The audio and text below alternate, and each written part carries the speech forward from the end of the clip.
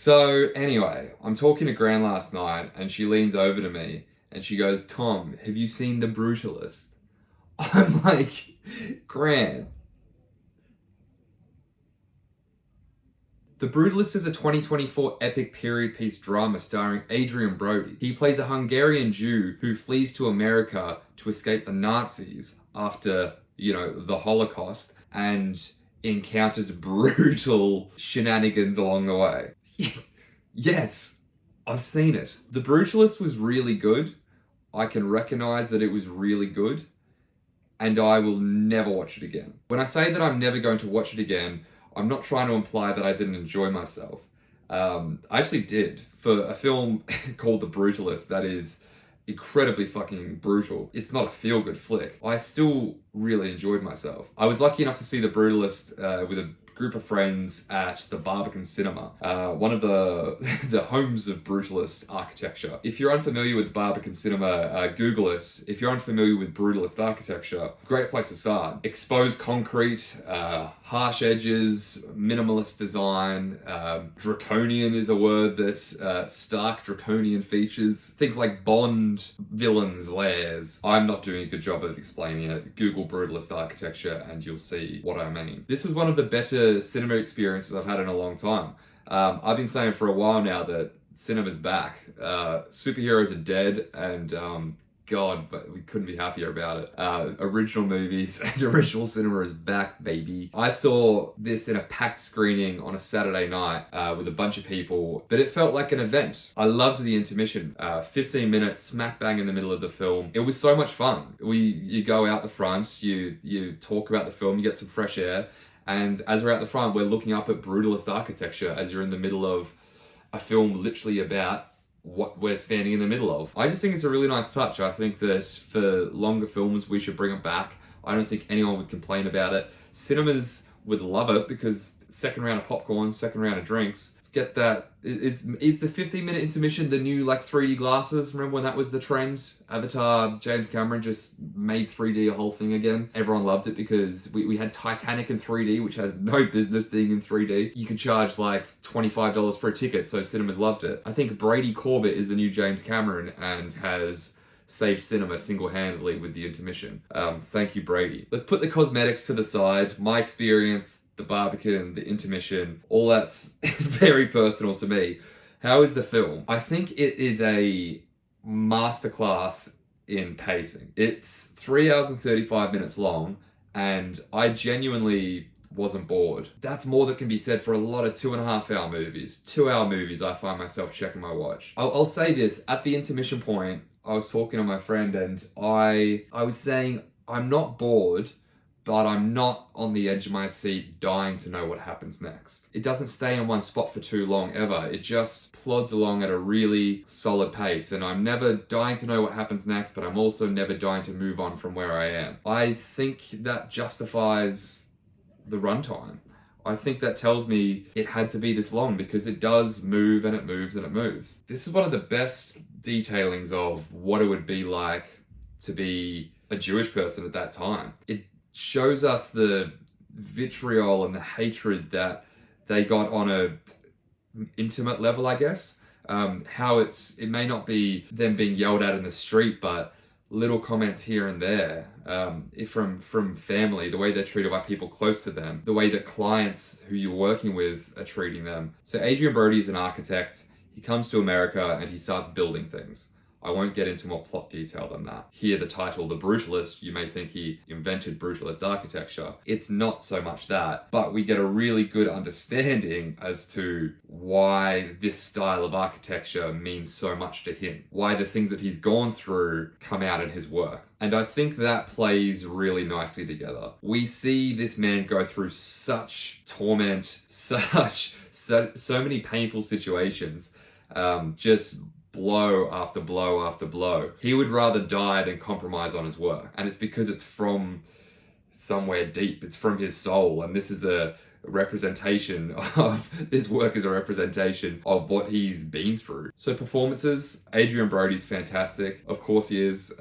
We know the man can act. It's an Oscar role. It's a man getting belted and belted and belted, and he does it really well. There's moments in the film where people say to Adrian Brody, "What's up with your nose, dude?" And it's inferred that he got a broken nose from a scuffle or something earlier. But the implication is that he's walking around with a broken nose and his nose doesn't normally look like that. And I don't know if they've put prosthetics on the man or if they've bent his nose out of shape somehow.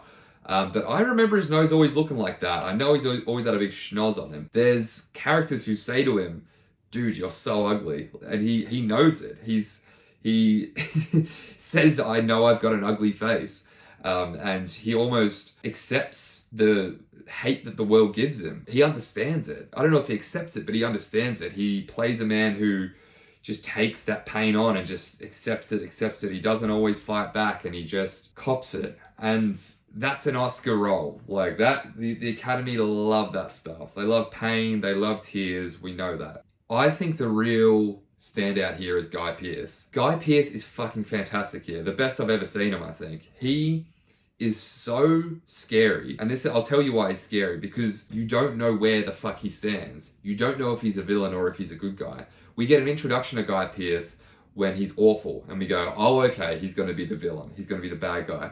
And then he walks it back for a long time. He is a nice guy. He's supportive to Adrian Brody. He connects with him, and we go, oh, okay, was he just having a bad day? Was he just having a bad day on our introduction to him when he was a dick? And then I'm not going to say which way it ends up, but he's so scary because you're guessing the whole time. He's never looked better. Guy Pearce has always been a bit gaunt. Remember when he showed up in Memento? But we've seen Guy Pearce for a long time, and he's always had those cheekbones that kind of go in, and he's always looked a little bit malnourished to me. He's filled out in he's aging like a fine wine. He's filled out, and I know he's in a suit for most of the film, so maybe that's all I'm saying. I think he steals the show. I think he's commanding, and I totally understand why he is in the position that he's in that time period where power is valued, and the kind of attributes that Guy Pearce has are valued and would allow you to rise to power. I can appreciate that Adrian Brody's giving an Oscar-worthy performance here, and I can appreciate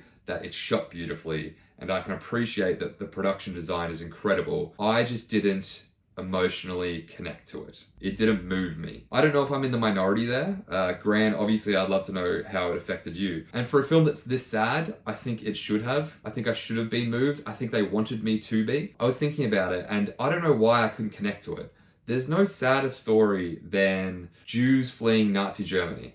That should be the saddest thing in the world. I don't know if it's a generational gap, and me never having been personally affected by a war, never having feared being drafted. I don't know if that's a disconnect for me, and there was someone in older people will connect with it more. As Tyler Durden said, our great war is a spiritual war. We don't have this thing to fight for. We don't have this great sad that the Jews of World War II had.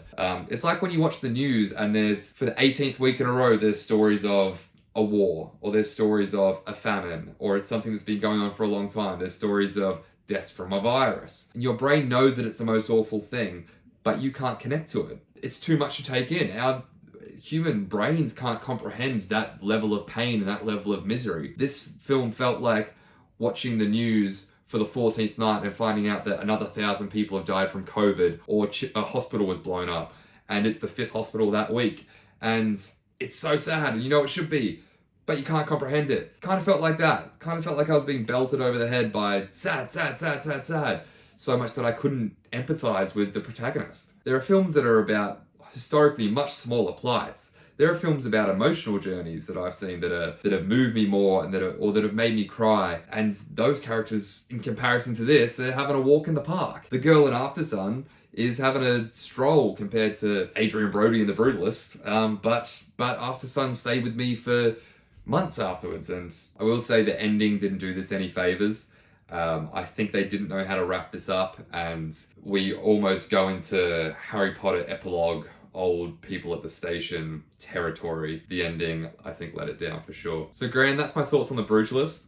What would my rating be, I hear you ask? I'm going to give this one a 7.6.